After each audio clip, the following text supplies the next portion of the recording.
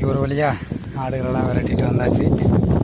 இன்றைக்கி ஓரளவு கம்மி தான் வேலை இருந்ததாலும் சோம்பேறித்தனத்தின் உச்சத்தினால கொஞ்சம் டிலே ஆகிடுச்சு.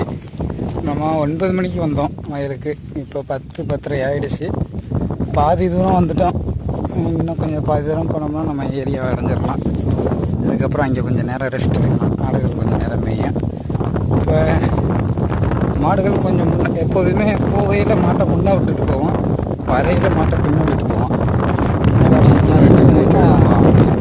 ஆட்டுக்குட்டியில் வச்சு மாடுகள் மிதிச்சிருது. மேற்கொண்டு நம்ம ஆடுகள் வந்து சேட்டை பிடிச்சதாக இருக்குதுங்க.